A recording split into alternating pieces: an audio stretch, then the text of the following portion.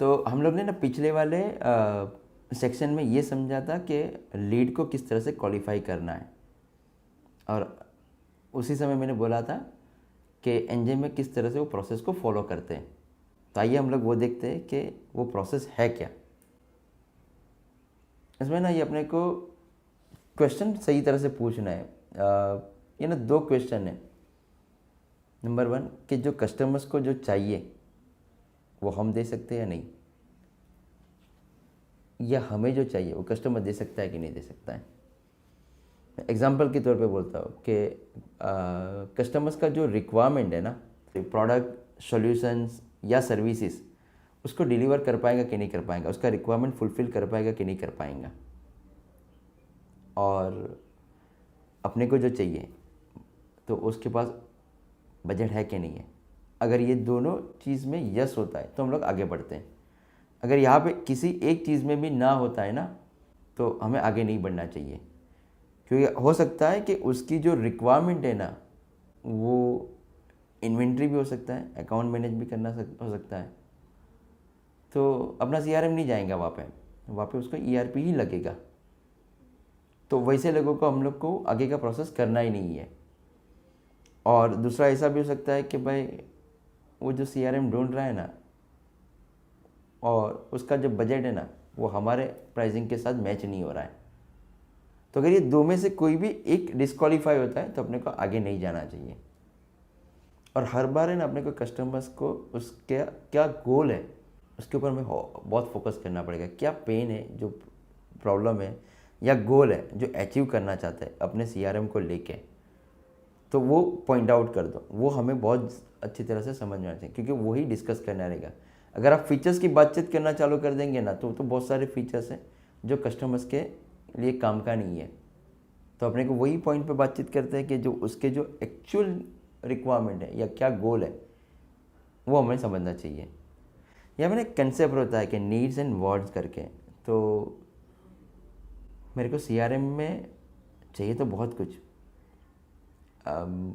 Fascinated report मुझे दिखने चाहिए, सारा कुछ सिस्टमाइज चलना चाहिए करके, बस मेरे पास तो वो रिपोर्ट सब आने लगेंगे ऐसा करके। बट उसके लिए क्या लगेगा अलग से कि अपने पास इस तरह के टीम मेंबर भी होने चाहिए, आपके पास ऐसा सेल्स कंसल्टेंट भी होने चाहिए जो आपको गाइड कर सके ऐसा करके, या कंसल्टेंट होने चाहिए करके। बट उसके पास अपने पास है ना उतना खर्चा करना नहीं है। तो ये तो हुई अपने पास कि ये सारे होने चाहिए, तो सब वांट्स हैं। हम लोग लिस्ट आउट करते कि अपने नीड्स क्या है। तो हमें तो ये चाहिए कि भाई सेल्स का फनल दिखना चाहिए, या कितनी ओपन टिकट है वो मुझे दिखनी चाहिए, या टिकट कितने समय में क्लोज हो रही है वो दिखनी चाहिए करके। तो वो तो अपने सीआरएम में दे देंगे ना। तो हम लोग पहले अपने नीड के बारे में डिस्कस करेंगे।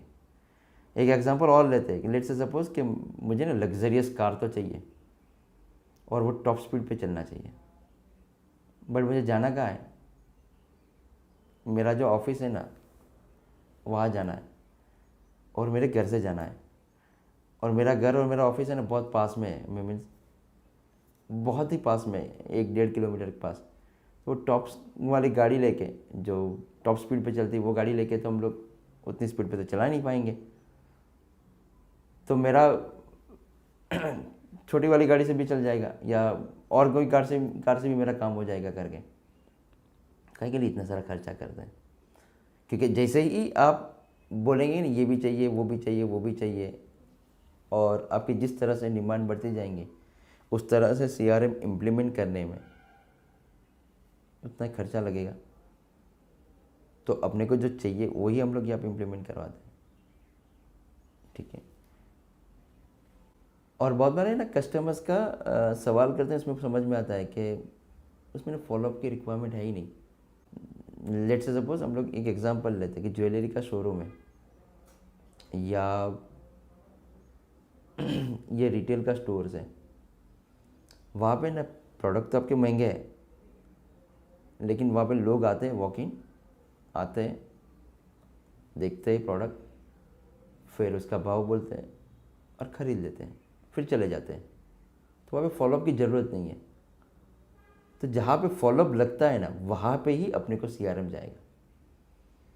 तो ये ज्वेलरी की दुकान की बातचीत करो तो वहाँ पे आइटम तो महंगा ही मिल रहा है, कॉस्ट तो बड़ा ही है, बट लेकिन फॉलोअप नहीं है, तो वहाँ पे CRM नहीं जाएगा। हाँ, आपको बहुत सारे ऐसे कस्टमर्स मिलेंगे कि जहाँ पे सॉल्यूशन सेलिंग करते हैं या बड़े बड़े इंस्ट्रूमेंट सेल करते हैं, और वो हर एक सेल के अंदर बहुत सारे फॉलोअप लगता है। कभी कभी ऐसा भी होता है कि वो एक डील क्लोज करने में 3-6 महीने भी लग जाते हैं, कभी कभी 1-1.5 साल भी लग जाता है। तो हमें ना ये डिटेक्ट करना पड़ेगा कि यहाँ पे फॉलोअप चाहिए कि नहीं चाहिए। अगर फॉलोअप है वहाँ पे अपना CRM जाएगा। तो ये पूछना पड़ेगा अपने को कि भाई वहाँ पे फॉलोअप लगता है कि नहीं लगता है। अगर फॉलोअप नहीं लगने वाला तो वहाँ पे अपने को CRM नहीं देना। कस्टमर्स का जब फ़ोन आता है ना, तब हमें बोलता है कि हमें ना टेलीफोनी की रिक्वायरमेंट है करके।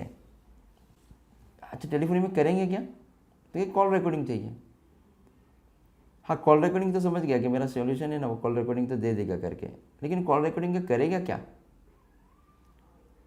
तो बोला कि ना हमारी टीम जो कॉल करते हैं ना, उसको हमें ट्रैक करना है।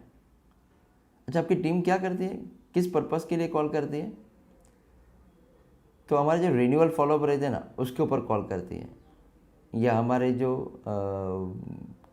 सर्विस की टीम है वो जो सपोर्ट के केस देते हैं उसके ऊपर कस्टमर से बातचीत करते हैं। इसके लिए हमारा रिकॉर्डिंग चाहिए करके।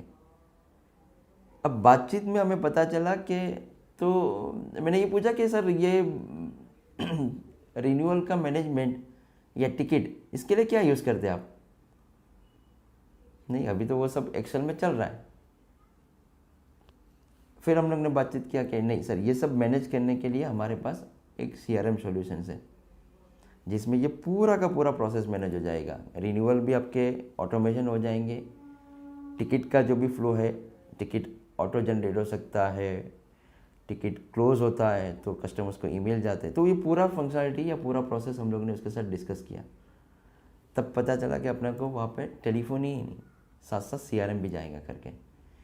तो जितने क्वेश्चन आप करेंगे ना, उससे अपने को समझ में आएगा कि अपने कौन सा सॉल्यूशन जा सकता है यहाँ पे। जब आप इमेजिन करो कि जब कॉल आया था तो उसको तो कॉल रिकॉर्डिंग चाहिए था, तो कॉल रिकॉर्डिंग अगर अपने को देना था तो टेलीफोनी सॉल्यूशन हो जाता। लेकिन जैसे ही मैंने सवाल करना चालू किया तो उसमें पता चला कि नहीं, टेलीफोनी के साथ CRM भी जा सकता है। अब टेलीफोन बेचते तो कुछ अमाउंट का जाता, CRM हम लोग बेच रहे तो वो अमाउंट प्लस वो अमाउंट, ये दोनों अमाउंट आपके हो रहे हैं, ऐड कर रहे हैं। तो जब भी किसी कस्टमर्स का फ़ोन आता है ना, तो समझा करो कि उसको क्यों चाहिए, उसका क्या रिक्वायरमेंट है, और जितना डिटेल में जाएंगे अपने को प्रोसेस को एंड करना है। ये मुद्दे से एंड नहीं होता है, वो प्रोसेस को एंड करेंगे ना तो अपने को पता चलेगा क्या चाहिए करके। एक और एग्जांपल लेते हैं कि बहुत बार कस्टमर्स अपने को फ़ोन करके बोलता है कि हमें ना जियो ट्रैकिंग चाहिए। हाँ, तो बोला कि नहीं, हमें तो लाइव ट्रैकिंग चाहिए कि मेरा सेल्स वाला टीम या सर्विस वाला टीम अब कहाँ पे ट्रैवल कर रहा है, वो जानना है मुझे। सर वो जान के करेंगे क्या? नहीं, बस मुझे जानना है कि वो जियो ट्रैकिंग वो कहाँ पे मूव कर रहे हैं सर। चलो मान लीजिए कि हम लोग ने उसको जियो ट्रैकिंग दे दिया कि वो कहाँ ट्रैवल कर रहा है करके, लेकिन वो डेटा को लेके करेंगे क्या, एक्शन क्या करने वाले आप लोग? तो फिर कस्टमर्स बोलता है अपने को कि नहीं, हमें तो ये जानना है कि वो कौन से जगह पे जाके मिल के आया, मिलने के बाद वो सेल्स हुआ कि नहीं हुआ, या वो जो प्रॉब्लम था वो सॉल्यूशन हुआ कि नहीं हुआ। अब ये क्यों, मैंने ये दोनों पॉइंट बोले, सेल्स हुआ दैट मीन्स कि अपॉर्चुनिटी क्लोज हुई कि नहीं हुई, या टिकट था तो वो सॉल्व हुआ कि नहीं हुआ करके। ये दोनों एग्जांपल वहाँ पर रिलेट होता है।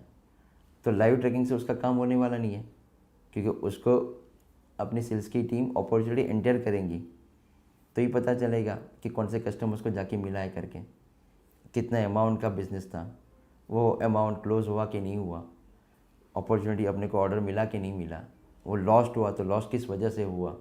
ये ना धीरे धीरे मैंने सवाल करना चालू किया कस्टमर्स के साथ, तो अपने को पता चला कि नहीं, लाइव ट्रैकिंग से काम नहीं होगा, क्योंकि बहुत सारे मार्केट में लाइव ट्रैकिंग वाले छोटे छोटे सॉफ्टवेयर अवेलेबल है जिससे ट्रैक होता है करके, बट उससे आप एक्शन नहीं कर पाते। तो अपने को एक्शन तो क्या, अपने को रिजल्ट क्या चाहिए था कि मेरा सेल्स फनल हो रहा है कि नहीं हो रहा है, या मेरी टिकट क्लोज हो रही है कि नहीं हो रही है करके। तो ये वाला मुद्दा मेन था, ये सारे प्रॉब्लम थे। तो जैसे डीपर क्वेश्चन में जाते हैं ना, तो अपने को पता चलता है कि उसकी रिक्वायरमेंट क्या है या उसके पेन क्या है। बहुत बार ऐसा होता है कि एक छोटे से वर्ड्स को लेके अपने को फ़ोन करते हैं और वो फिर बाद में अपने को डीपर क्वेश्चन करेंगे तो समझ में आएगा कि उसका क्या एग्जैक्ट नीड है, फिर अपना प्रॉब्लम के बारे में अपना सोल्यूशन समझा सकते हैं। और यही सेम प्रोसेस एनजे में फॉलो होता है। बहुत सारे हमारे कस्टमर्स को आए थे कुछ एक शब्द का लेके, लेकिन पूरा फिर बाद में हम लोग ने सोल्यूशन उसको दिया है करके। बहुत बार कस्टमर्स अपने को बोलता है नहीं नहीं मुझे तो अभी का भी चाहिए CRM करके। कुछ हुआ होगा या किसी ने बोला होगा कि नहीं नहीं CRM के बिना तो अभी नहीं चलेगा करके। ऐसा कभी नहीं करना है। ये अपना जो पूरा प्रोसेस था ना, वो पूरा का पूरा प्रोसेस हम लोग फॉलो करेंगे। उसकी रिक्वायरमेंट गैदर करेंगे, उसको हम लोग डेमो देंगे, प्रपोजल देंगे, स्कोप ऑफ वर्क सबमिट करेंगे। ठीक है, आपने जो बोला है वो कस्टमर्स का रिक्वायरमेंट फुलफिल हो रहा है कि नहीं हो रहा है, क्योंकि दोनों तरफ से एग्रीमेंट कराना है। क्योंकि क्या होगा, अगर ये एग्रीमेंट नहीं करवाएंगे ना तो आपने CRM बेच तो दे दिया किसी भी भाव में, फिर उन्हें वो यूज़ नहीं कर पाएंगा। और ऐसा सोचो कि इतने साल तक तो आपका CRM के बिना धंधा चल ही रहा था ना, कुछ हफ्ते और ले लिए तो क्या हो जाएगा।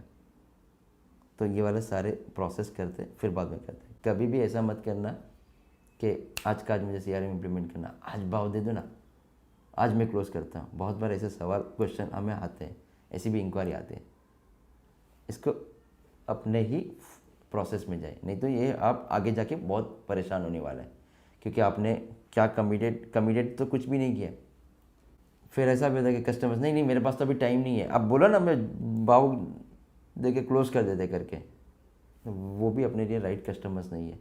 अपने अगर वो प्रोसेस के हिसाब से मुताबिक नहीं जाता है तो वैसे कस्टमर्स को हमें आगे लेके नहीं जाना है, क्योंकि ये पूरा का पूरा इम्प्लीमेंट करके उसको लाइव करवाना है, उसकी टीम यूज़ कर पाए, उसमें से रिजल्ट निकले। क्योंकि एक बार ये बेचा ना, या एक बार हम लोग ने दे दिया, फिर बाद में हमने जो कमिटेड किया था वो वहाँ पे डिलीवर हो रहा है कि नहीं हो रहा है, और डिलीवर होने के बाद उन लोग यूज़ कर रहे हैं कि नहीं कर रहे हैं, ये पूरा एंड जर्नी है। तो अगर कस्टमर्स बोलता है कि नहीं मेरे पास तो अभी टाइम नहीं है, अब बोल दो मुझे ये डेमो वगैरह नहीं देखना है, खाली प्राइस बोल दो, मैं अभी का अभी परचेस ऑर्डर करता हूँ, वैसे में नहीं पढ़ना है अपने को। अगले वाले सेक्शन में हम लोग देखते हैं प्रैक्टिकल टिप्स क्वालिफिकेशन को लेके। Thank you.